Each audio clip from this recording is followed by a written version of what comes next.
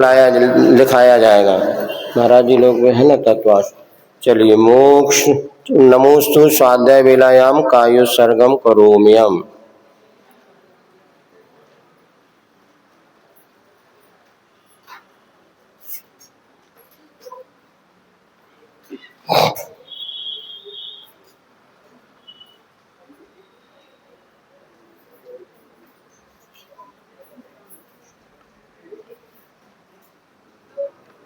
मोक्ष। चलिए, अभी उच्चारण सबको आता है क्या? चलिए, नहीं तो मंगलाचरण के साथ उच्चारण प्रारंभ करते हैं। सबको पुस्तक मिल गई, तत्वार सूत्र निकाल लिया। आज प्रथम अध्याय पर विवेचन होगा। सबसे पहले हम मंगलाचरण करते हैं। मोक्ष मार्गस्य, सुनो सुनो, हम बोलेंगे उसके बाद आप लोगों को बोलना है।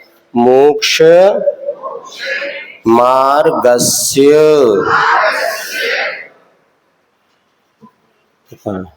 मोक्ष मार्गस्य नेतारम भेतारम कर्म भूभृताम ज्ञातारम विश्व तत्वानाम वंदे तद्गुण लब्धये। मोक्ष मार्गस्य नेतारम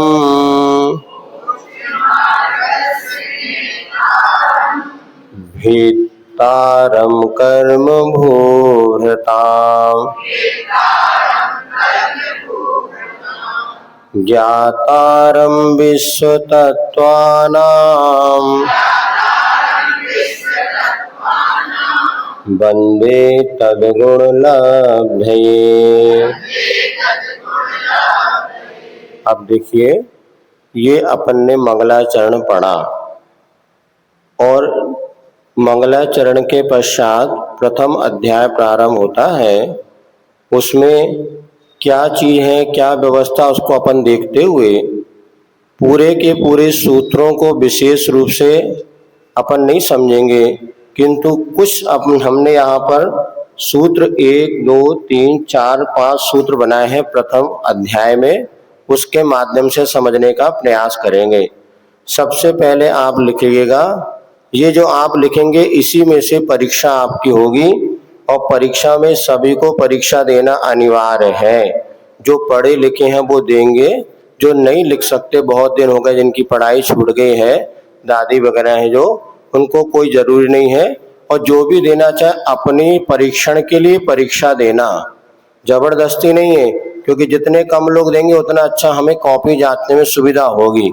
लेकिन प्रायः जो लोग अच्छे हैं, पढ़ी रहे, अपना मन बनाओ और हमें इसको इस तरह से तैयार करो कि हमारे लिए जीवन भर स्मृति का विषय बना रहे।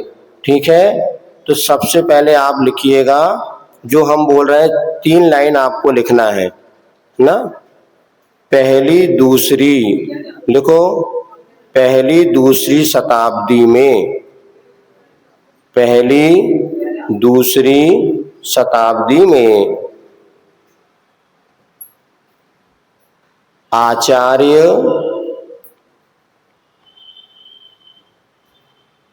उमा स्वामी महाराज द्वारा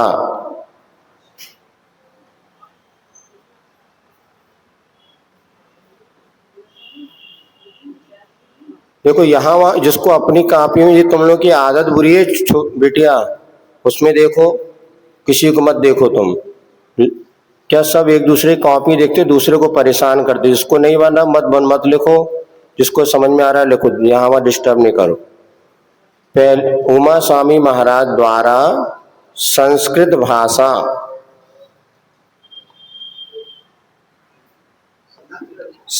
भाषा में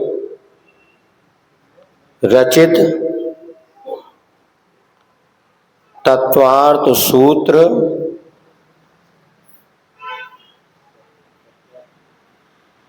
अपर नाम अपर नाम, अपर, अपर यानी दूसरा नाम।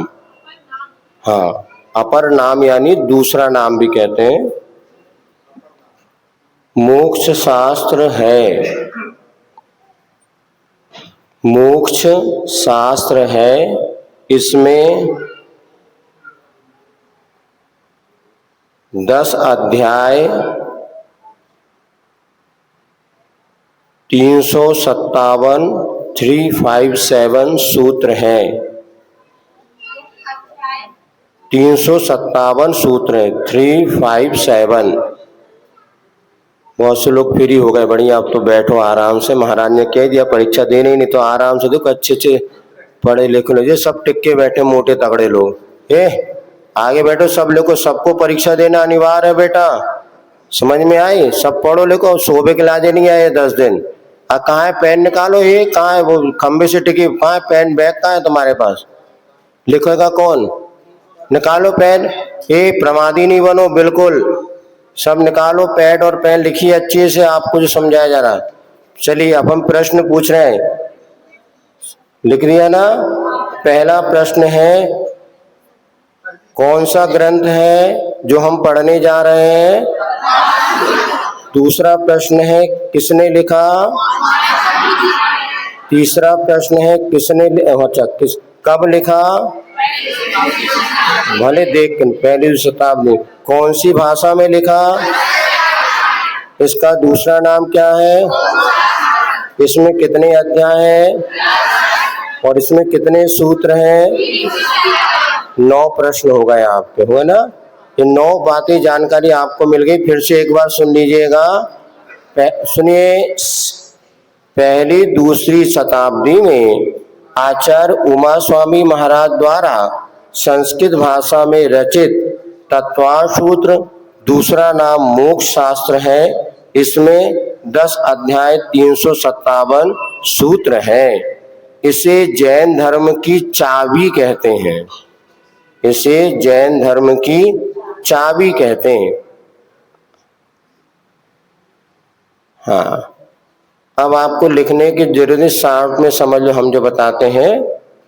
देखो, जो वैष्णव दर्शन में गीता का महत्व है, ईसाइयों में बाइबल का महत्व है, मुस्लिम में कुरान का महत्व है, ऐसे जैन दर्शन में तत्वासूत्र का महत्व है। ये प्रमुख ग्रंथ माना जाता है, सबसे पहले ये लिखा गया। ठीक, अब इसमें जो 10 मंगलाचरण, अभी इतना सबने लिख लिया ना, 9 बातें सबको जानकारी में आ गई है, 10 बातें लगभग हो गई। ये जैन धर्म की चाबी है। ये 10 तो पॉइंट सबको याद करने ही है। अब इसमें अपन ने मंगलाचरण किया, मंगलाचरण का संक्षिप्त अर्थ हम आपको बता रहे। जब हम कहेंगे लिखना तभी लिखना, पेन नीचे रख दो। अब बस कान हमारी तरफ दो, कान है सबके, सुनते हैं दोनों कान से ना? हाँ, अब बिल्कुल ध्यान दो। कल से महाराज जी ने व्यवस्था बता दी, जो ग्रुप बताया, पहले ग्रुप वाले यहाँ बैठेंगे जितने भैया बहन, उसके बाद दूसरा ग्रुप, तीसरा ग्रुप पीछे, हम सबसे हमारे ग्रुप वाले पीछे, पके आम पीछे, कच्चे आम गदरा आम बीच में चलो थोड़ी व्यवस्था बनाओ वास्तव में। अब क्या, और लेकिन उनको पहले आना पड़ेगा, ये सब बाद में आएंगे तो पीछे बैठेंगे। चलिए थोड़ा सा व्यवस्था बनाइएगा, आप ही वॉलेंटियर बनिएगा और आप ही उसके कहना चाहिए स्वयं सेवक इसी को कहते हैं।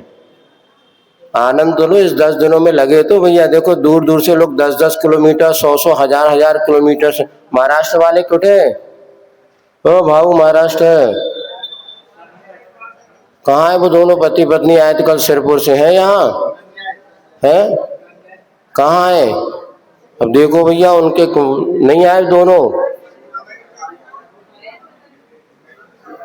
दूसरी जगह तो नहीं चलेगा। अन्य का एक आम यहाँ से खरीदो, दूसरा वहां से खरीदो। कहाँ है भैया, पता करो कहाँ रुके थे वो। चलिए उसकी जानकारी करना। देखो पहले गड़बड़ हो गया। हाँ सबको बताओ यहाँ सोने नहीं आए। चलिए तो ये बात है। देखो तो मंगलाचरण में, हाँ, मोक्ष मार्ग के जो नेता है और कर्म रूपी पर्वतों को भेद करने वाले हैं और समस्त विश्व के तत्वों को जानने वाले हैं, ऐसे अरिहंत भगवान को उनके गुणों की प्राप्ति के लिए मैं नमस्कार करता हूँ। बस इतना ही आपको मंगलाचरण का यह अर्थ है। आगे आपको बताते हैं। सबसे पहला सूत्र जो है इसमें, उसके क्या विशेषता है, पहले उच्चारण हम सब करते हैं। सम्यक दर्शन ज्ञान चारित्राणि मोक्ष मार्गः। बोलिए।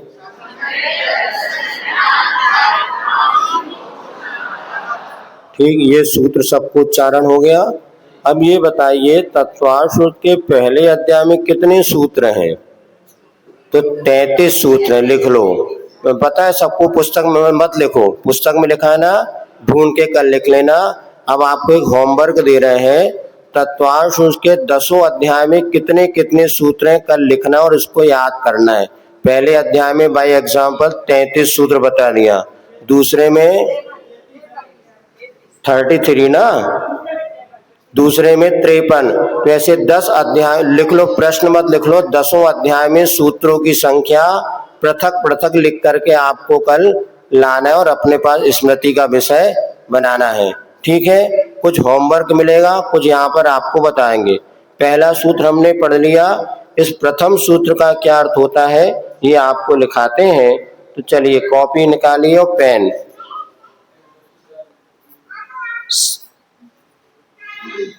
हाँ, वो बाकी बाद में लिखना। चलिए लिखो। पहला सूत्र की व्याख्या, सम्यक दर्शन। लिखो, सम्यक दर्शन, सम्यक ज्ञान और सम्यक चारित्र। और हम जैसा बोल रहे हैं वैसा लिखो, है ना। सम्यक दर्शन, सम्यक ज्ञान और सम्यक चारित्र, इन तीनों की एकता का नाम मोक्ष मार्ग है। एकता का नाम मोक्ष मार्ग है। एकता भी नाम है ना किसी का। हाँ, हो गया। क्या कहा? सम्यक दर्शन, सम्यक ज्ञान, सम्यक चारित्र, इन तीनों की एकता का नाम मोक्ष मार्ग है। द्वितीय बिंदु, अब नीचे लिखो दूसरा पॉइंट। जीव आदि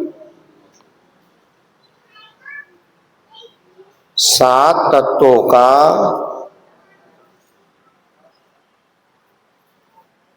जीव आदि 7 तत्वों का जैसा स्वरूप है, जैसा स्वरूप है वैसा ही विश्वास करना, वैसा ही विश्वास करना सम्यक दर्शन है।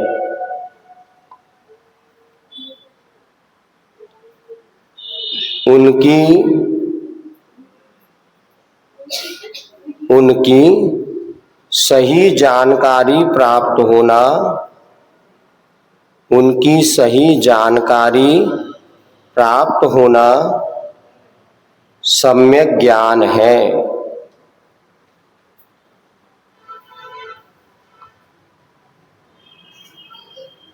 सम्यक दर्शन पूर्वक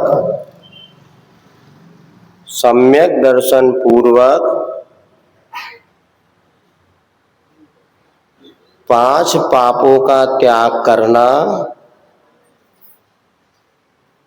सम्यक चारित्र है।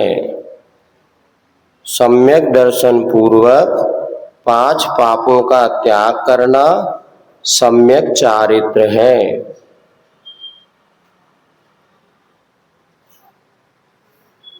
ठीक, लिख लिया। अगला पॉइंट, तीसरा पॉइंट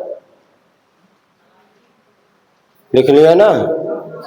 अब बाद में बताएंगे, पहले तीसरा लिख लो, जो छूट गया उसको छोड़ो, अभी फिर से रिपीट। तीसरा, वैद्य पर, वैद्य माने डॉक्टर, वैद्य पर विश्वास वैद्य पर विश्वास, औषध के सेवन का ज्ञान, औषध माने दवाई, औषध के सेवन का ज्ञान तथा औषध के सेवन से तथा आगे लिखते चलो रुकिए, औषध के सेवन से जैसे स्वास्थ्य लाभ होता है, औषध के सेवन से जैसे स्वास्थ्य लाभ होता है, वैसे रत्नत्रय की आराधना से, रत्नत्रय हो गया ना, ये सम्यक दर्शन, सम्यक ज्ञान, सम्यक चारित्र, इसे क्या कहते हैं? रत्नत्रय। रत्नत्रय की आराधना से संसार के दुखों से, संसार के दुखों से मुक्ति अर्थात मोक्ष की प्राप्ति होती है। संसार के दुखों से मुक्ति अर्थात मोक्ष की प्राप्ति होती है। देखो सब लोग, संसार के दुखों से मुक्ति अर्थात मोक्ष की प्राप्ति होती है, किसी एक उपाय से नहीं, किसी एक उपाय से नहीं।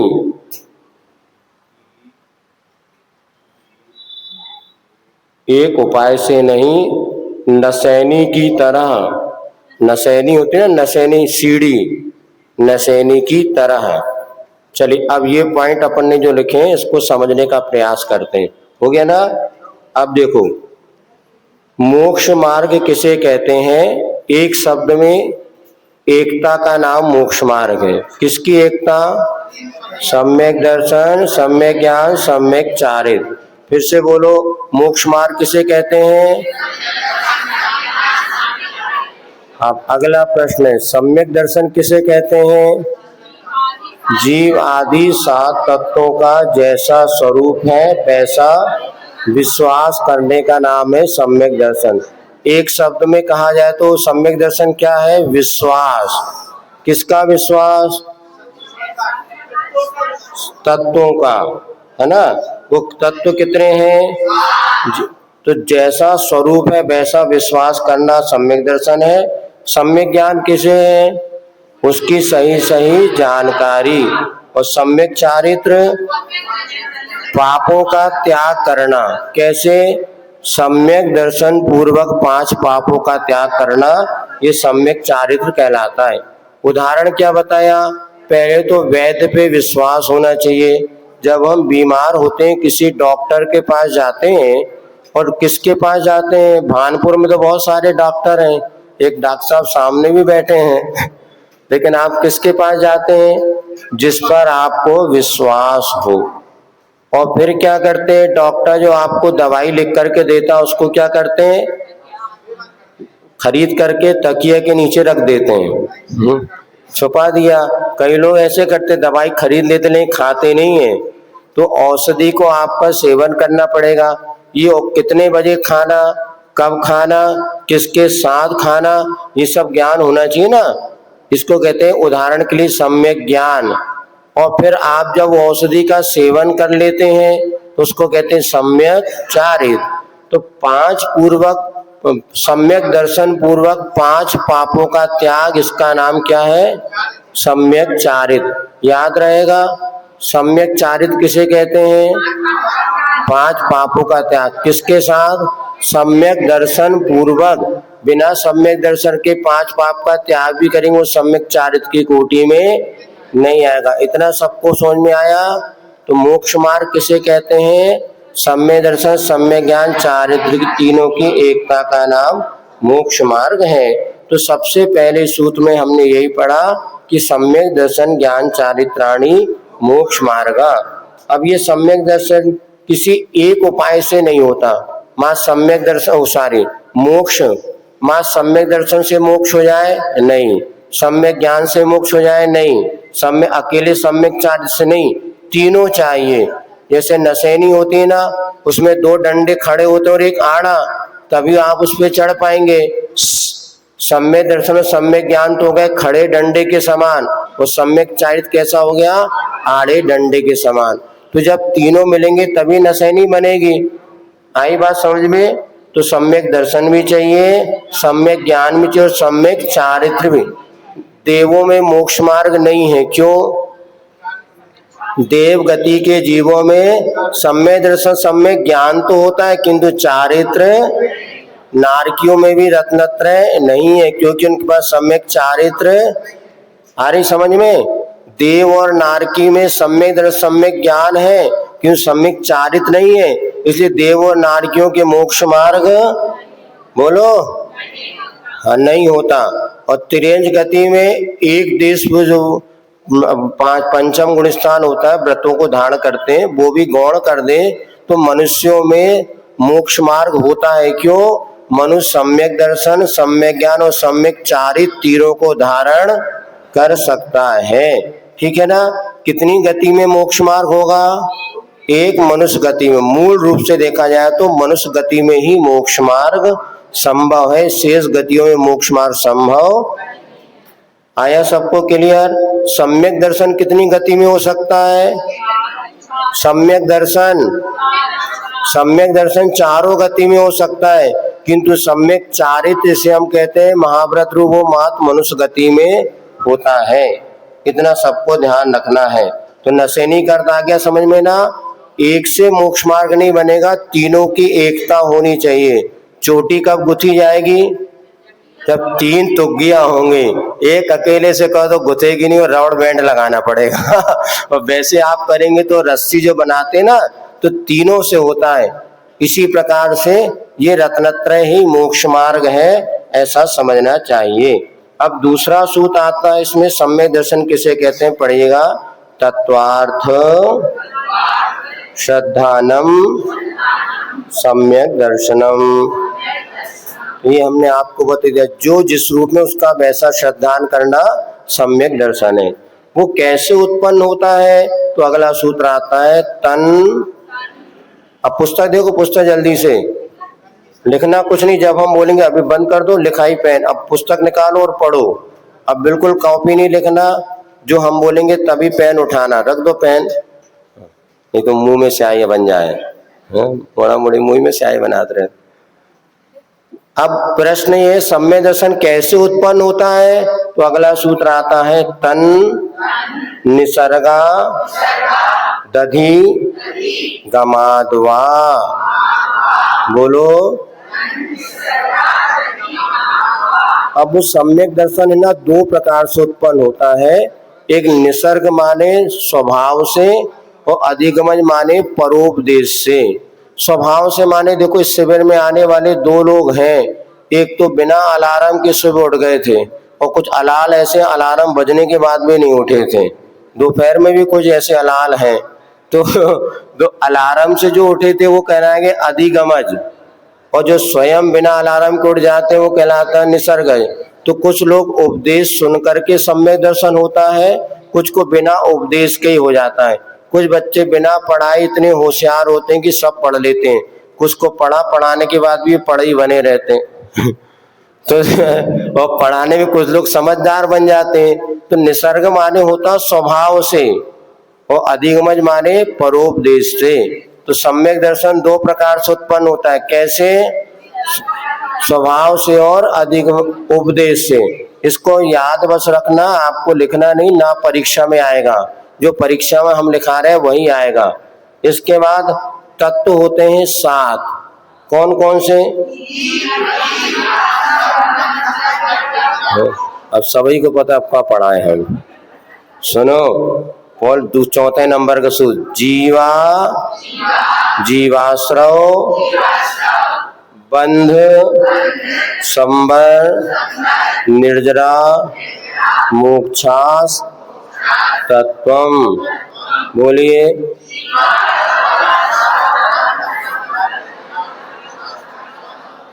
अब देखिए, ये चौथा नंबर, अब निकालिए, कॉपी निकालो।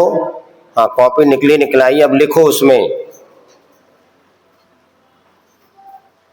ये 7 तत्व होते हैं, लिखिए, बस पॉइंट डाल के लिखना, ज्यादा कुछ नहीं, हम जो बोल रहे हैं वही लिखना।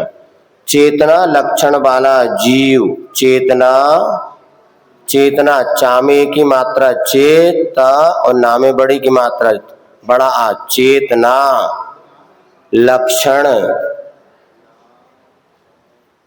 वाला जीव, चेतना लक्षण वाला जीव, उससे विपरीत अजीव, उससे विपरीत अजीव,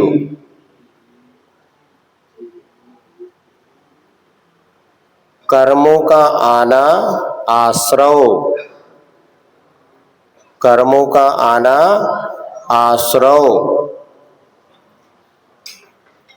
आत्मा से एक मेक हो जाना, आत्मा से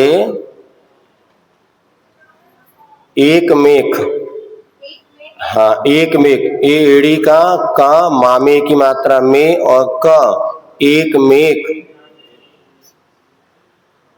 हो जाना बंद, एक मेक हो जाना बंद, आते हुए कर्मों का रुकना संबर, आते हुए कर्मों का रुकना संबर,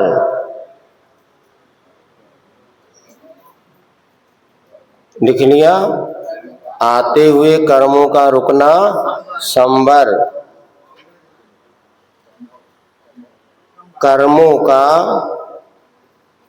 का एक देश, मध्य प्रदेश होता ना, एक देश, हाँ, कर्मों का एक देश झड़ना निर्जरा, झड़ना माने झा झाड़ू वाला, र और ना झड़ना, एक देश झड़ना, पेड़ से आम झड़ाते ना जैसे, ऐसे आत्मा से एक देश कर्मों का झड़ना निर्जरा,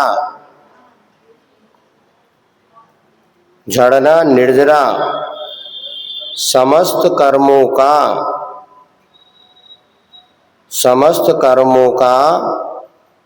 आत्मा से पृथक होना, पृथक यानी अलग होना, समस्त कर्मों का आत्मा से पृथक होना मोक्ष है। पृथक लिखते बनता है पामे री था और का, पृथक का अर्थ क्या होता है? अलग होना, मोक्ष है। चलिए अब देखिए 7 तत्व होते हैं, कौन कौन से? जीव, पहला जीव किसे कहते हैं? चेतना लक्षण वाला, चेतना माने सुख दुख का संवेदन करने वाला, कौन हो गया? अजीव किसे कहते हैं? उससे विपरीत अर्थात जो उसमें चेतना, जैसे आपके सामने टेबल है, वो क्या है? आप कौन है? आपको मच्छर काटे तो अनुभव होगा कि नहीं होगा? तो आपके पास चेतना है, और टेबल को मच्छर काटे तो अनुभव, तो वो क्या हो गया? अजीव। अब कर्मों का आना आश्रव है, जो भी हम कर्म करते हैं अच्छे बुरे उससे कर्म आते हैं, तो इसको कहते हैं आश्रव। आश्रव। बंध किसे कहते हैं? आत्मा के कर्मों का एक में एक हो जाए, जैसे दूध में पानी मिल गया, इसको कहते हैं बंध। ठीक। अब इसके बाद संबर किसे कहते हैं? आते हुए कर्मों का रुक जाना संबर। और निर्जरा किसे कहते हैं? कर्मों का एक देश झड़ना निर्जरा। और मोक्ष किसे कहते हैं? समस्त कर्मों का आत्मा से पृथक हो जाना मोक्ष। अब देखो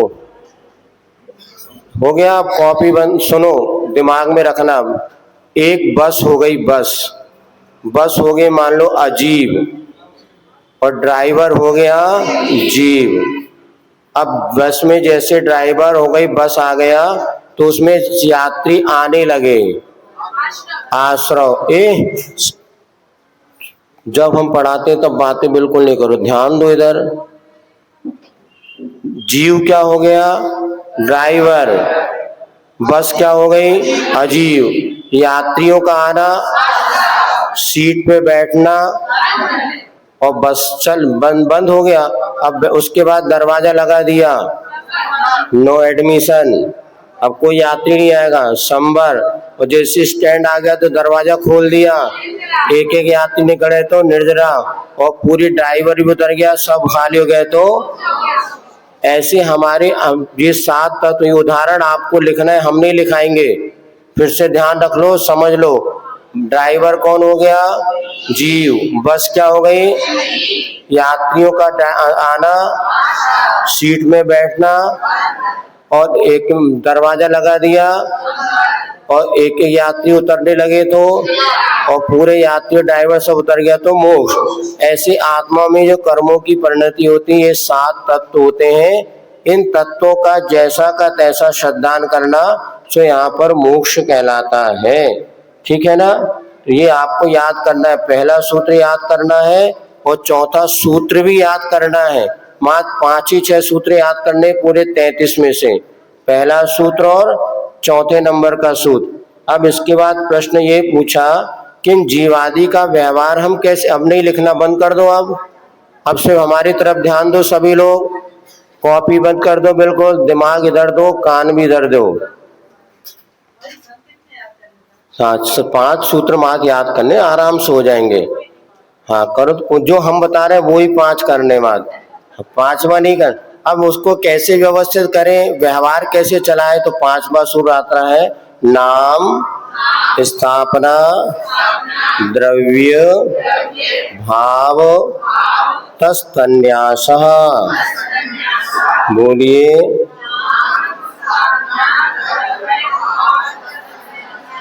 अब कोई भी वस्तु को जब हम व्यवहार चलाते हैं तो 4 तरीके से होता है। पहले सुनिए, किसी का नाम रखना बिना गुण की अपेक्षा, उसे कहते हैं नाम न्यास। अभी इधर सुनो, ज्यादा उच्चारण मतलब अब अर्थ समझो। नाम रखना, जैसे किसी का नाम महावीर रख दिया, ये क्या हो गया? नाम न्यास, नाम निक्षेप भी कहते हैं इसको। और पार्श्वनाथ भगवान की प्रतिमा को पार्श्वनाथ कह दिया, स्थापना निक्षेप, प्रतिमा आदि में किसी का रखना। इसके बाद द्रव्य निक्षेप में क्या होता है? भूत भविष्य की पर्याय को, जैसे कोई राजा बनने वाला था, राजकुमार था, उसको राजा कह दिया। जिन्होंने पढ़ाना छोड़ दिया फिर भी उनको मास्टर कहते हैं, मास्टर साहब, ये हो गया द्रव्य निक्षेप। भाव निक्षेप उसे कहते हैं वर्तमान पर्याय को स्वीकारे, पढ़ाते हुए व्यक्ति जब नौकरी में था तभी उसको मास्टर कहना। शिविर में बैठे तो शिविरार्थी हो गए 10 दिन के, भले घर में जाके सो गए तो भी क्या कहलाओगे? ये हो गया आपका कौन सा भाव, मतलब तभी। और जब द्रव्य यहाँ से जाने के बाद भी, अरे भैया जो शिवरार्थी थे उनको भी कुछ लोग दिन तक शिवरार्थी कहेंगे, ये हो गया द्रव्य निक्षेप। और किसी की फोटो को शिवरार्थी कह देना, ये स्थापना निक्षेप। और किसी का नाम ही रख दिया शिवरार्थी, नहीं होगा नाम निक्षेप। ये 4। अब इसके बाद कहते हैं पदार्थों को जानने के उपाय बताइए। तो सबसे पहला उपाय बताते हैं, प्रमाण नयी रदिगमः। बोलिए। प्रमाण और नय के द्वारा अधिगम यानी ज्ञान होता है। प्रमाण किसे कहते हैं? जो पूरी वस्तु को जाने उसे कहते हैं प्रमाण, और वस्तु के एक देश को जाने उसे कहते हैं नय। तो जैसे हमारे हाथ में पेन है, पूरे पेन को आपने जाना तो ये क्या हो गया? प्रमाण। और आपने पेन के ढक्कन को जाना, काले रंग को जाना, ये हो गया नय। अथवा देखो, जब आप घर में पहुंचते पूरी थाली सजी है आपके सामने, ज्ञान हो गया, ये हो गया प्रमाण। पूरी थाली को आप जान रहे, किंतु खाएंगे तो क्या करेंगे? सब एक साथ खाएंगे क्या? एक एक ग्रास खाते, इसको कहते हैं नय। तो सम्यक दर्शन आदि को जानने के 2 साधन बताए, प्रमाण और नय।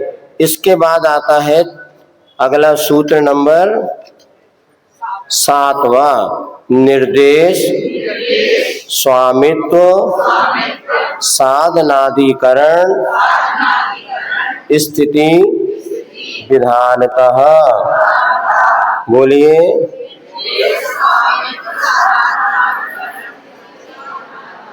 अब देखो, किसी भी पदार्थ को जानने के लिए 6 साधन यहाँ पर आपको बतलाए जा रहे हैं। तो कौन कौन से 6 साधन? अब लिखो, सबसे पहले लिखो सूत्र नंबर 7,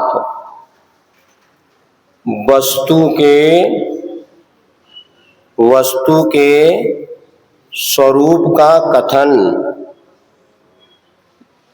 वस्तु के स्वरूप का कथन, निर्देश,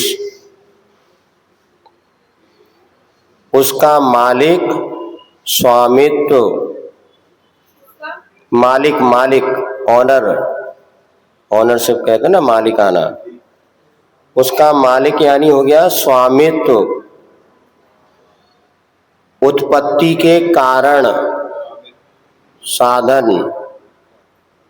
उत्पत्ति के कारण साधन,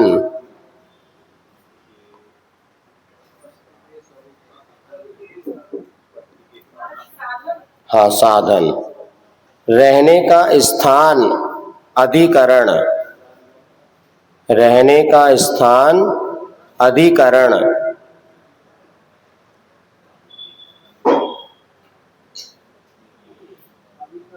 हाँ, काल, काल माने कितने समय तक रहेगा, काल अर्थात कितने समय तक रहेगा, ये कहलाता है स्थिति। कितने समय तक रहेगा, काल कितना, टाइम पीरियड, कितने समय तक वो वस्तु रहेगी, इसको कहते हैं स्थिति। और भेद की भेद, भामे की मात्रा भे और भेद की जानकारी का नाम है विधान। भेद की जानकारी, कितने भेद प्रभेद है इसमें, संख्या, इसका नाम है विधान। अब चलिए फिर से रिवाइज करेगा। निर्देश किसे कहते हैं? वस्तु के स्वरूप का कथन। जैसे हमारे हाथ में ये क्या है, बोलो क्या है? नींद आ रही क्या? हमारे हाथ में क्या है? ये क्या हो गया? निर्देश। दूसरा, ये पेन किसका है? हाँ, इसका मालिक कौन है? महाराज का कुछ नहीं है बेटा। चलो मान लो उदाहरण के लिए, जब तक हमारे हाथ में मालिक हम हो गए, तो ये क्या हो गया? स्वामित्व। अब तीसरी बात है उत्पत्ति। पेन की उत्पत्ति कैसे हुई? प्लास्टिक आदि के पुद्गल के माध्यम से। ये हो गया इसका साधन। रहने का स्थान, ये कहाँ पर है? तो हमारे हाथ में है। ये क्या हो गया? अधिकरण। कितने समय तक हाथ में रहेगा? मान लिए 1 मिनट है, तो हो गया उसका काल। और ये कितने भेद है इसके? ढक्कन अलग है, पेन अलग है, नीचे का क्लिप अलग है, रिफिल अलग है, तो अलग अलग 4 पार्ट इसके हो सकते, इसको कहते हैं भेद। अब जैसे अपन दूसरे उदाहरण से समझ, इतना हो गया ना? उदाहरण आया समझ में? उदाहरण आपको बाद में लिखना है, यही होमवर्क है। पहला वाला भी उदाहरण आपको लिखना है, 7 तत्वों वाला, और यहाँ पे 6 भेद वाला भी उदाहरण लिखना है। फिर से समझ लो। सम्यक दर्शन, ओम, इधर ध्यान दीजिएगा। लिखना किसी को नहीं है, पेन रख दो, जब लिखाएं तभी लिखना है। अभी दिमाग लगाओ, दिमाग है कि नहीं? अच्छा, भानपुर वालों के पास भी है, हमें तो अभी पता चला। चलो, पहला सम्यक दर्शन का स्वरूप क्या है? अभी आपको बताया था, विश्वास करना। ये क्या हो गया? निर्देश। इसके बाद स्वामित्व। सम्यक दर्शन कितने गतियों के जीवों को हो सकता है? 4 गति में हो सकता ना। मालिक कौन हो गए? मनुष्य, त्रियंच, देव, नारकी, सब सम्यक दर्शन के स्वामी हैं। ठीक। अगला प्रश्न है, सम्यक दर्शन उत्पन्न कैसे होता है? अभी 2 प्रकार से बताया था, समझ लो, निसर्ग और अधिगमज। विशेष आप लोग पढ़ेंगे तो और आगे पढ़ेंगे। अभी आपको प्ले स्कूल के विद्यार्थी के जैसा हम पढ़ाने का मन बना रहे हैं, क्योंकि बाकी तो 2 प्रकार से सम्यक दर्शन उत्पन्न होता है। कौन कौन से? निसर्गज और, इसको क्या कहेंगे? साधन। अब ये सम्यक दर्शन कहाँ पर रहता है? तो जहां पर ये पंचेंद्रिय जीव रहते हैं वहीं पर सम्यक दर्शन होगा। और जहाँ पंचेंद्रिय जीव नहीं है वहां पर सम्यक दर्शन, ये उसका हो गया अधिकरण। सम्यक दर्शन कितने समय तक रहता है? तो पहले अपन भेद को देखते हैं। तीन प्रकार के सम्यक दर्शन होते हैं, औपसमिक, छायिक और छायोपसमिक। तीनों याद रखो। कौन कौन से? औपसमिक, छायिक और छायोपसमिक। तो औपसमिक सम्यक दर्शन रहता अंतर्मूर्त तक, काल कितना है? अंतर्मूर्त। छायिक सम्यक दर्शन कितने रहता? अनंत काल तक। और क्षयोपम सम्यक दर्शन कितना रहता है? तो जगन से अंतर्मुक्त उसका से 266 सागर तक रह सकता है। ये काल है। समझने के लिए आप इतनी समझो, अंतर्मूर्त में सम्यक दर्शन रह सकता है और अनंत काल तक भी रह सकता है, इसको कहते हैं काल। और विधान में क्या हो गया? सम्यक दर्शन के तीन भेद, औपसमिक, छायोपसमिक और छायिक। ये कल और आपको पढ़ाएंगे दूसरे अध्याय में, ठीक है। तो ये 6 प्रकार से पदार्थों का ज्ञान होता है। अब अगला प्रश्न है कि और भी कोई तरीके हैं? तो कहते हैं हाँ, सुनिएगा।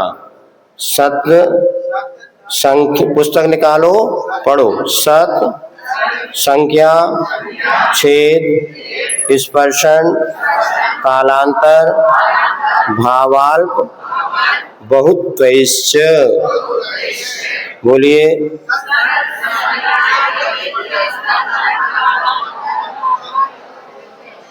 अब ये 8 तरीके हैं जिससे और हम पदार्थों को जान सकते हैं। पहले 2 तरीके कौन से थे? प्रमाण और नय। फिर 6 तरीके, निर्देश, स्वामी, साधन, अधिकरण, स्थिति और विधान।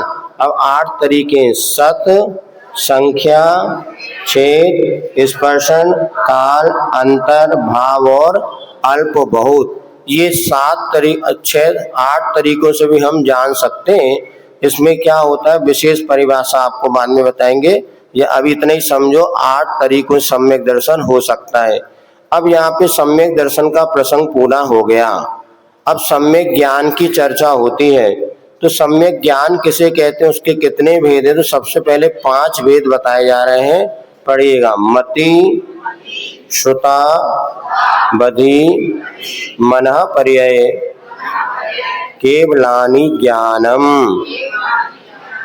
बोलिए।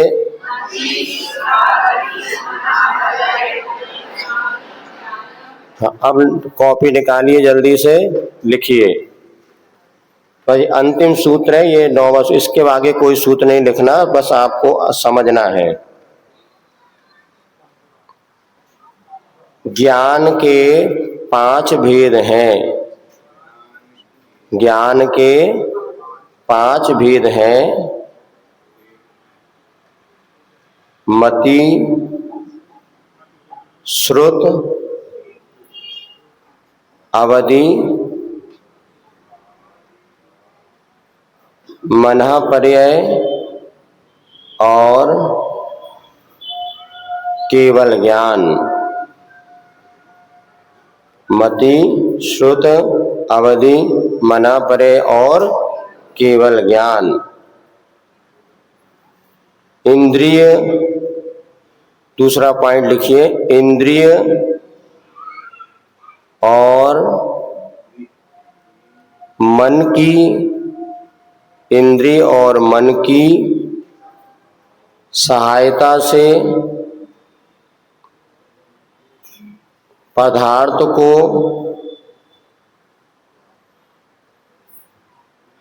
जानने वाले, इंद्रिय और मन की सहायता से पदार्थ को जानने वाले मति, श्रुत,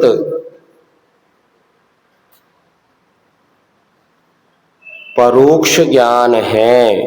परोक्ष, पा रामे की मात्रा, रो और छ, परोक्ष ज्ञान है। ठीक। एवं सीधे सीधे आत्मा से पदार्थ को जानने वाले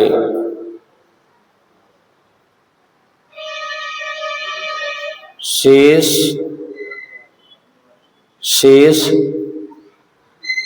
तीन ज्ञान प्रत्यक्ष हैं, तीन ज्ञान प्रत्यक्ष हैं एवं प्रत्यक्ष प्र आदा ता या और छा छत्री का आगे सब पढ़ाएंगे आपको, अभी हम लिखवा दें। ठीक है, सीधे आत्मा से पदार्थ को जानने वाले शेष तीन ज्ञान कैसे हैं? प्रत्यक्ष। अब अगला पॉइंट लिखिए, श्रुत ज्ञान, श्रुत ज्ञान मति ज्ञान पूर्वक होता है। श्रुत ज्ञान मति ज्ञान पूर्वक होता है। अगला पॉइंट लिखिए, एक जीव में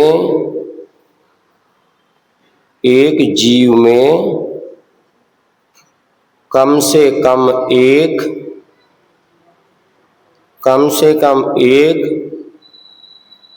और अधिकतम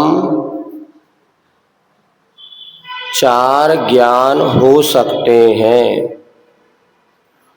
कम से कम एक और अधिकतम 4 ज्ञान हो सकते हैं। ठीक है, कम से कम ज्ञान होंगे तो कितने? एक, और अधिकतम होंगे तो 4। अगला पॉइंट लिखिए, पहले के 3 ज्ञान, पहले के 3 ज्ञान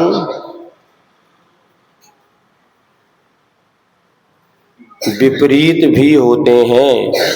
विपरीत, बा में छोटी की मात्रा बी, प, रा में बड़ी की मात्रा री और त, विपरीत भी होते हैं, जिन्हें कुमति,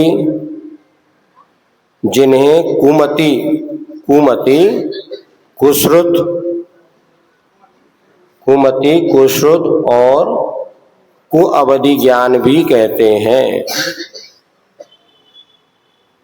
ठीक है, कुमति, कुश्रुत और कुअवधि ज्ञान भी कहते हैं। चलो हो गया। अब चलिए आगे अपन पढ़ते हैं। 5 ज्ञान के नाम हो गए, कौन कौन से?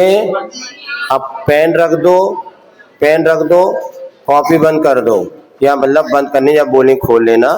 हाँ, 5 ज्ञान कौन कौन से हो गए? मति, शुद्ध, अवधि, मन प्रयोग, केवल ज्ञान। अब देखिए, तो ये पांचों ज्ञान जो है ना प्रमाण है। अगला सूत्र आता है तत्प्रमाणे, और इसके बाद उन प्रमाण में 2 ज्ञान होते हैं परोक्ष। कौन कौन से? 11 नंबर सूत्र पढ़ेंगे, आद्य परोक्षम। पुस्तक निकालो जल्दी से, मिल गया? हाँ बोलो, 11 नंबर सूत्र, आद्य परोक्षम। और शेष 3 ज्ञान होते हैं प्रत्यक्ष, उसके लिए अगला सूत्र आता है प्रत्यक्ष मन्यत। ठीक, ये बात आई समझ में? अभी जो अपन ने लिखी थी, ज्ञान कितने हो गए? 5। प्रत्यक्ष ज्ञान कितने? 3। परोक्ष ज्ञान कितने? 2। पहले 2 ज्ञान परोक्ष थे, मति और शुद्ध। अब सुनिएगा, इधर दो हमारी तरफ ध्यान, कॉपी पेन क्यों नहीं। अब सुनिए, पहला है मति ज्ञान। वो कैसा होता है? इंद्रिय और मन की सहायता से पदार्थ को जानता है। जैसे हमारे हाथ में क्या है? बोले नहीं रहे तो पीछे वालों, कल उपवास है, आज थोड़ी ना है।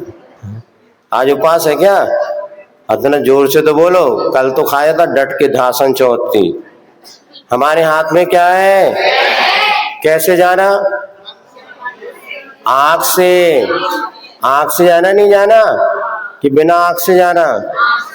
नहीं कह रहे हो, आंख से देखा ना, तो ये हो गया मति ज्ञान। और इसी प्रकार से आपने मन से, ये हो गया मति ज्ञान, जो इंद्रियों और मन की सहायता जाने। अब हमने पूछा ये किसके काम आता है? तो ये हो गया श्रुत ज्ञान। तो मति ज्ञान से जाने हुए पदार्थ को विशेष जानना कौन सा ज्ञान? श्रुत ज्ञान। अब हमने चीजें छुपा लिया।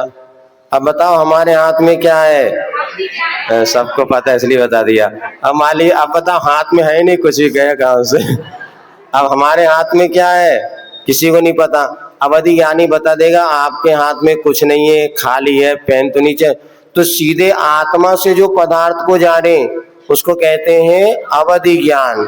और अब हमारे हाथ में पेन देख करके ये भैया सोच रहा है कितना अच्छा पेन है, काश महाराज ये मुझे दे देते तो बहुत अच्छा होता, ये मुझे जो मिला ना ये मजा नहीं आ रहा, ये वाला अच्छा है। तो दूसरे के मन की बात जो जाने वो कौन सा ज्ञान? मनाप्रय ज्ञान।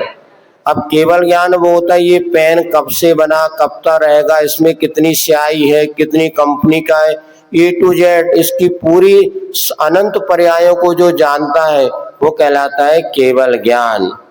तो ये तो हो गए 5 ज्ञान। मति और शुद्ध ज्ञान परोक्ष कहलाते हैं क्योंकि ये इंद्रिय और मन की सहायता से पदार्थ को जानते हैं। और अवधि मना प्रय ज्ञान सीधे आत्मा से जानते, वो प्रत्यक्ष ज्ञान कहलाते हैं। अब मति ज्ञान के पर्यायवाची नाम बताइए। तो अगला सूत्र आता है 13 नंबर का, सब लोग देखो पुस्तक में। मति, स्मृति, संज्ञा, चिंता, विनिबोध, इत्य नर्थांतरम। बोलिए।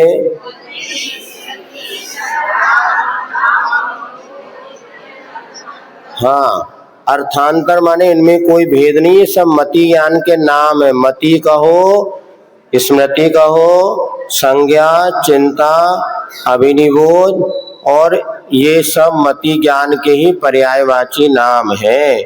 अब मति ज्ञान कैसे उत्पन्न होता है? तो 14वां नंबर का सूत्र पढ़ेंगे। तदिन्द्रिया निन्द्रिय निमित्तम। बोलिए। वो मति ज्ञान इंद्रिय और अनिंद्रिय माने मन की सहायता से उत्पन्न होता है, जैसे अभी आपको पेन का उदाहरण दिया था। अब मति ज्ञान के कोई भेद है क्या? तो बताते हैं। अवग्रहे हावाय धारणा। मति ज्ञान के बोलो। अवग्रहे भावाय धारणा। तो अवग्रह, ईहा, आवाय और धारणा, ये मति ज्ञान के 4 भेद होते हैं। तो अब ये अवग्रह आदि को कैसे जाना जाता है? तो अगला सूत्र आता है। बहुविध क्षिप्रा निःसृता नुक्त ध्रुवाणाम क्षेत्राणाम। बोलिए।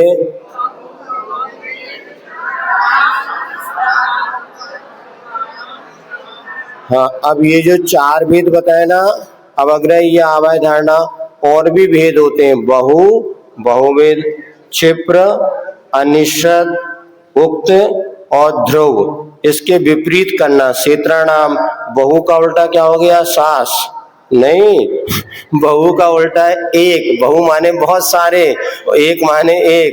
बहुविध माने बहुत प्रकार के, एकविध माने एक प्रकार का। क्षिप्र माने क्षिप्रा एक्सप्रेस जाती ना, बिल्कुल तेज गति से जाना, उसको कहते क्षिप्र। इसका उल्टा होता है अक्षिप्र, माने धीरे धीरे गमन करने वाला। अनिश्चित माने जो ढका हुआ है, और निश्चित माने खुला हुआ है। इसके बाद होता है अनुक्त, बिना कहा, और उक्त माने कहा हुआ। ध्रुव माने स्थिर, और अध्रुव माने चंचल। ऐसे 12 जो विषय होते हैं, ये 12 प्रकार का और मति ज्ञान होता है। ये 12 क्या है? तो बताते हैं। अर्थस्य, ये 12 जो कहना है पदार्थ के विशेषण हैं। जैसे हमारे हाथ में एक पेन है, ध्रुव है, ऐसा, तो ये इसके विशेषण हो गए। तो अवग्रह के और कोई भेद होते हैं क्या? हाँ, बताते हैं। व्यंजनस्यावग्रह। बोलिए। व्यंजनस्यावग्रह, इसका अर्थ होता है कि व्यंजन का मात्र अवग्रह होता है। व्यंजन माने क्या होता है? अस्पष्ट जो ज्ञान होता है उसका मात्र अवग्रह होता है। जैसे आप यहाँ पर बैठे हैं और मच्छर आके बैठ गया और उड़ भी गया, काटा नहीं उसने, आया, बैठा और उड़ गया, तो आपको मात्र अवग्रह हुआ, कुछ है लेकिन ज्यादा जानने की इच्छा नहीं कि मच्छर ने काटा कि पड़ोसी ने चोटी ली, पता नहीं, वो इतना उड़ गया, काटा नहीं था। इसको कहते अवग्रह। यदि थोड़ा काटने लग गया है, अरे पता नहीं किसने काटा, जानने की इच्छा हो, इसको कहते हैं ईहा। अरे ये तो मच्छर, ये तो हो गया आवाय। और पक्की धारणा, अरे मुझे मच्छर ने काटा, ये हो गया धारणा। आई समझ में ना, अवग्रह या आवाय धारणा। तो जब मच्छर ने काटा नहीं, मात बैठा था, तो उसको अस्पष्ट को अवग्रह मात होता है, यह आवाय धारणा नहीं होती। और बताते आगे, न चक्षु ननीन्द्रियाभ्याम, बोलिए, न चक्षुरनीन्द्रियाभ्याम। चक्षु और मन के द्वारा व्यंजना वगैरह नहीं होता, वो तो स्पष्ट रूप से पदार्थ को जानेंगे तो अर्था वगैरह मात होगा। ये आपको आगे पढ़ने के लिए मिलेगा। इस प्रकार से मति ज्ञान का विषय आपका होता है।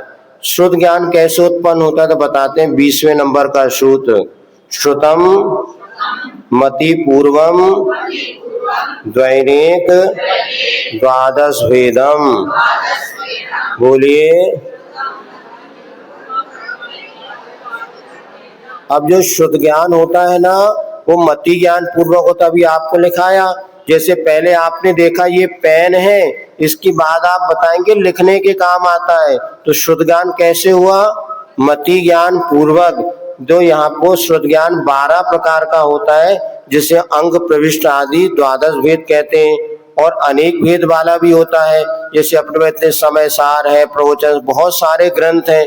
तो शुद्ध ज्ञान बहुत प्रकार का हो गया, और अंग प्रविष्टि की अपेक्षा 12 प्रकार का होता है, इतना जानना चाहिए। अब इसके महाराज अवधि ज्ञान क्या होता है बताइए। तो सबसे पहले बताते हैं अवधि ज्ञान किसको होता है। भव प्रत्ययो, पहले ता तक पढ़ना, फिर ययो अलग बोलना। भव प्रत्ययो बधिर देव नार का नाम। बोलिए, हाँ, भव ही जिसमें कारण है। जन्म लेते से कोई भी देव हो, मिथ्या दृष्टि हो, सम्यक दृष्टि हो, उससे मतलब नहीं। जो देव और नरक गति में जन्म लेगा, सुन रहे नहीं सुन रहे, हाँ तो बोलो, सो रहे नहीं सो रहे, बहुत अच्छा। तो जैसे देव नरक गति में जन्म लेंगे तो अवधि ज्ञान नियम से होता है। तो नारकी और देवों को कौन सा ज्ञान होगा, अवधि ज्ञान। तो मतिश्रुत होगा कि नहीं होगा, मतिश्रुत तो होता ही है, किंतु देव और नारियों को जन्म से अवधि ज्ञान भी होता है। वो कौन सा अवधि ज्ञान कहलाता है, भाव प्रत्यय अवधि ज्ञान कहलाता है। फिर शेष जीवों को होता है कि नहीं होता, होता है। क्षयोपशम निमित्तः षड विकल्पः शेषाणाम। बोलिए, हाँ, क्षयोपशम निमित्त से होता है षड विकल्प, 6 प्रकार का। शेषाणाम यानी मनुष्य और त्रियंचों को, देवों नारकियों को तो होता ही है, मनुष्य और तिरंचों को भी 6 प्रकार का विधि ज्ञान होता है, जिसका नाम है क्रमशः अनुगामी, अननुगामी, वर्धमान, हीमान और वर्धमान, अवस्थित और अनवस्थित। ये 6 प्रकार का विधि ज्ञान होता है, आप उसमें खोजिएगा और लिखिएगा।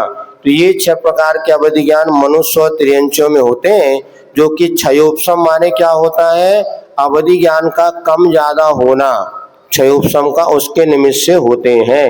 अब इसके बाद मना परे ज्ञान की बात आपको समझाते हैं।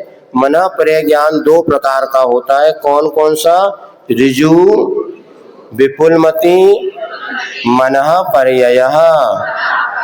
बोलिए, ऋजुमति और विपुलमति के वेद से मनःपरय ज्ञान 2 प्रकार का होता है। मनःपरय ज्ञान किसे कहते हैं, जो दूसरे की मन की बात को जानता है। जो सीधे सीधे जानता है वो ऋजुमति, जो टेढ़ी मेढ़ी बातों को जान लेता वो विपुलमति मनःपरय कहलाता है। इन दोनों में क्या अंतर है तो बताते हैं। 24वां सूत्र आता है, विशुद्ध प्रतिपाताभ्याम तद विशेषः। बोलिए, हाँ, अब इनमें विशुद्धि और प्रतिपात की अपेक्षा अंतर है। ऋजुमति से ज्यादा विशुद्ध कौन सा है? विपुलमति।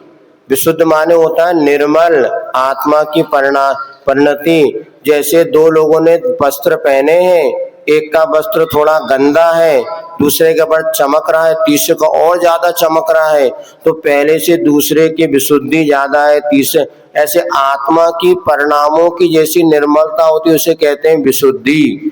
तो ऋजुमति से ज्यादा विशुद्ध कौन होता है? विपुलमति। तो ऋजुमति और विपुलमति मना प्रय ज्ञान के दो भेद हैं। उनमें विशुद्धि और प्रतिपात की अपेक्षा ऋजुमति वाला श्रेणी चढ़ने के बाद गिर भी सकता है, किंतु विपुलमति वाला यदि मोक्ष जाने के लिए श्रेणी चढ़ता वो कभी भी गिरता नहीं है, सीधे मोक्ष को प्राप्त करता है। अब महाराज अवधि ज्ञान मना प्रय ज्ञान में भेद बता दो आप। तो बताते सुनिएगा। विशुद्धि क्षेत्र स्वामी विषयेभ्यो बधि मनः पर्ययो हो। बोलिए।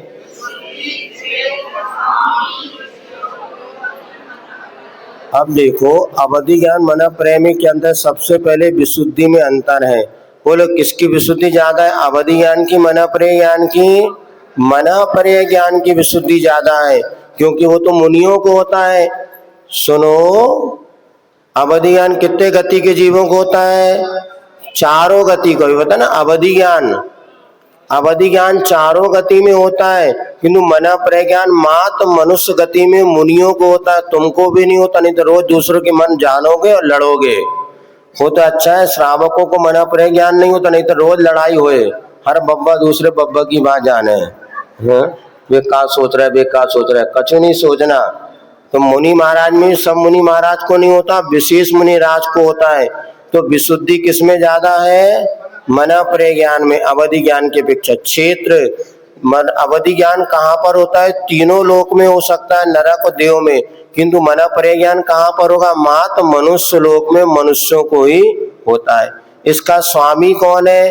अवधि ज्ञान का स्वामी चारों गति के जीव, तो मना प्रय ज्ञान का स्वामी मात्र मुनि महाराज। अवधि ज्ञान का विषय क्या है? रूपी पदार्थ है। तो मना प्रय ज्ञान का विषय और उसका अनंतमा भाग है, सो आगे बतलाते हैं। अब यहाँ पे मति श्रुत आदि ज्ञान कितने द्रव्यों को जानते हैं? तो 26वां सूत्र आता है, मति श्रुतयोर निबंधो द्रव्येष्व सर्व पर्यायेषु। बोलिए।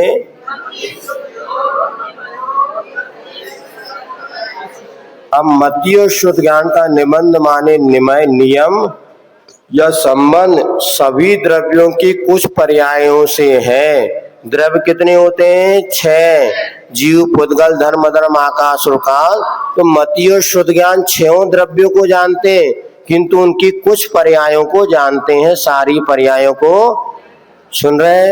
इतने याद रखो। मति और शुद्ध ज्ञान कितने द्रव्यों को जानते हैं? 6 द्रव्यों को, किंतु उनकी कुछ पर्यायों को जानते हैं, सारी पर्यायों को। अवधि ज्ञान कितने द्रव्यों को जानते हैं? तो बताते हैं, रूपिष्ववधे। बोलो। तो अवधि ज्ञान मात्र रूपी द्रव्य को जानता है। रूपी द्रव्य कौन? पुद्गल। अवधि ज्ञान मात्र एक द्रव्य को जानता है, किंतु मनि शुद्ध ज्ञान 6 द्रव्यों को जानते हैं। आ रही बात समझ में? मति शुद्ध ज्ञान कितने द्रव्य को जानते हैं? तो अवधि ज्ञान एक द्रव्य को, वो भी पुद्गल द्रव्य को मात्र जानता है। तदनंत भागे मना पर्ययस्य। तो जो अवधि ज्ञान में जाना उसका अनंतवा भाग मना पर्याय जान सकता है। जैसे अवधि ज्ञान इस पेन को जानता है, तो मना पर्याय ज्ञान इस पेन की जो नोक होती है ना, उसमें जो छर्रा डाला होता है, उसको मना पर्याय ज्ञान अपने ज्ञान का विषय बना लेगा। इतना बहुत श्रेष्ठ होता है। केवल ज्ञान का विषय क्या है? तो बताते हैं, सर्व द्रव्य पर्यायेषु केवलस्य। तो केवल ज्ञान सभी द्रव्यों की सभी पर्यायों को वो अपना ज्ञान का विषय बनाता है। अनंत 6 द्रव्य, तो उनकी अनंत पर्याय सबको केवल ज्ञान जानता है। अब एक जीव में एक साथ कितने ज्ञान होते हैं? अभी आपको बताया था, एकादीनी भाज्यानि युगपदे कस्मिन्ना चतुर्भ्या। बोलिए।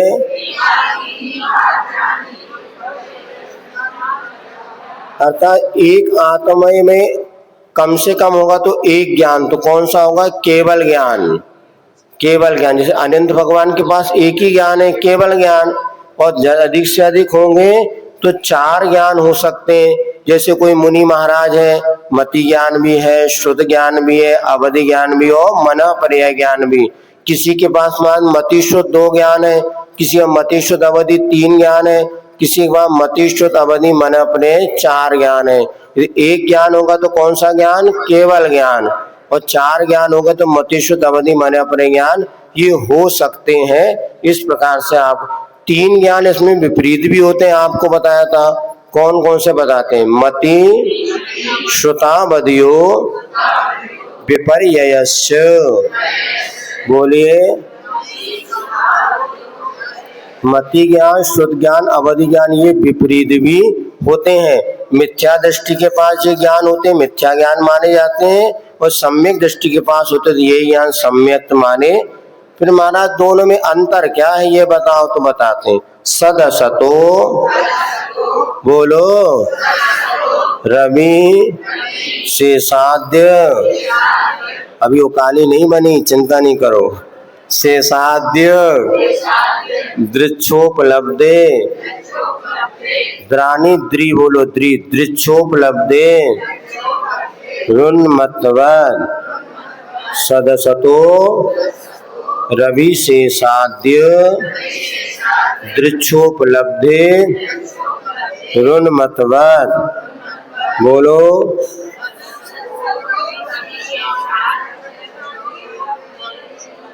अब आचार्य कहते हैं जैसे उन्मत्तवद, किसी ने शराब पी ली हो, अब उसको क्या होगा?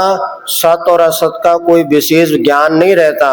कभी वो वस्तु पेन है भी कहता है, कभी नहीं भी कहता है। अपने घर को अपने घर कह देता है मेरा घर नहीं है। कभी अपनी पत्नी को पत्नी कहता, कभी उसी को बहन कहने लग जाएगा। उसका कोई निर्णय नहीं होता। इसी प्रकार मिथ्या दृष्टि का तत्व ज्ञान के प्रति में निर्णय नहीं होता, इसलिए उसको ज्ञान को मिथ्या ज्ञान कहा जाता है। फिर महाराज आपने बताया तो प्रमाण और नय के द्वारा पदार्थ को जानते हैं, नय की तो आपने चर्चा नहीं करी। तो भैया देखो जाते जाते नए और बता रहे हैं आपको, पूरा सूत्र हो रहे हैं। नैगम संग्रह व्यवहार रज्जु सूत्र शब्द समभि रूढ़ै बम भूतानयाः। बोलिए।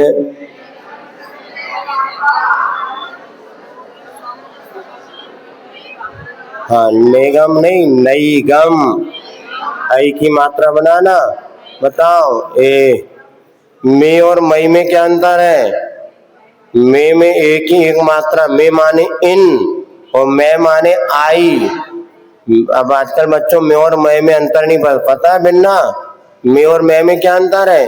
बैग में पेन है और मैं स्टूडेंट विद्यार्थी हूँ, तो मैं और मैं में अंतर। इसे ए और आई की मात्रा में तरह का अंतर समझो। तो पहला है नैगम नय, दूसरा संग्रह नय, तीसरा व्यवहार नय, चौथा ऋजु सूत्र नय, फिर शब्द नय, समभिरूढ़ नय और एवं भूत नय। ये 7 नय होते हैं। इन 7 नयों के माध्यम से हम पदार्थों को जान सकते हैं। 7 नय की परिभाषा समय उदाहरण से समझ लो। जैसे अनिष्पन्न कार को निष्पन्न कहना। हमारा आज उत्तम 10 लक्षण का पहला दिन हो गया, हुआ कि नहीं हुआ अभी? लेकिन पता है आधा दिन गया माने जिसको कहते हैं नैगम नय। और संग्रह नय में यहाँ पर सब शिविरार्थी बैठे हैं, ये कौन सा नय हो गया? संग्रह नय। व्यवहार नय में ये पुरुष शिविरार्थी हैं, ये महिला शिविरार्थी हैं, ये बच्चे शिविरार्थी हैं, ये बब्बा शिविरार्थी हैं, ये बहु शिविरार्थी हैं। ये जो भेद कर दिया ये कौन सा हो गया? व्यवहार नय। अब इसके बाद कौन सा हो गया? ऋजु सूत्र नय। अर्थात ये सब पढ़ने वाले विद्यार्थी हैं, चूंकि पढ़ रहे हैं तो वर्तमान को स्वीकार करता हुआ ऋजु सूत्र ने। इसके बाद होता है शब्द ने, जो अनेक पर्यायवाची शब्दों को ग्रहण करें। जैसे आदिनाथ भगवान के बहुत सारे नाम हैं, 1008 नाम है ना, उसको कहते हैं शब्द नय का विषय। समाभिरूढ़ में क्या होता, रूढ़ता से किसी अर्थ को ग्रहण करना। जैसे गौ कहते से गौ का अर्थ क्या होता है, गाय, लेकिन गाय के बहुत सारे अर्थ होते, वाणी भी होता है, तो लेकिन गौ कहते से गाय को ग्रहण करना। और एवं मूत नय में होता है क्रिया की प्रधानता से कथन करना। जब पढ़ रहे हैं तो विद्यार्थी, कपड़े धो रहे हैं तो धोबी, पूजा कर रहे हैं तो पुजारी, जिस समय जो क्रिया करते हैं उसी के नाम से आपको कहेंगे ये एवं मूत नय होता है। इस प्रकार के 7 नय आपको यहाँ पर है। ये तत्वार्थ का पहला अध्याय संक्षिप्त में सरल भाषा में बिना आगम की थोड़ी परिभाषा बताए भी मात्र आप लोगों को पहली प्रथम रूप से उसका बोध हो जाए, उच्चारण करा दिया था। और ये जो आज आपको लिखाया एक अध्याय, इसमें कम से कम आपके 30 प्रश्न बनेंगे। आप 30 प्रश्न बनाइए, इसके उत्तर हम आपसे पूछ सकते हैं। और अभी देखो अभी 4:45 बजा है, आप लोगों को नाश्ता पानी करने में 1 घंटा तो लग ही जाएगा, नहीं लगेगा? क्या करना है, 1 घंटा कोई वो करना है? अभी जाओ और करेक्ट 5:25 पर यहाँ पर आप बैठो, फिर 5:30 तक छुल्ला जी आएंगे और आधे घंटे में आपको प्रतिक्रमण आदि कराएंगे। हो सकता थोड़ा और लेट भी हो जाए, आपको लेट नहीं होना। सुन नहीं रहे? कितने बजे आना सबको? 5:25 में यहाँ आ जाओ और उसके बाद 6 बजे तक सभा शुद्धि स्वात्मोपलब्धि चिंतामणिं चिंतित वस्तुदाने त्वं वन्दे मानस ममास्तु देवी। जिनवाणी के ज्ञान ते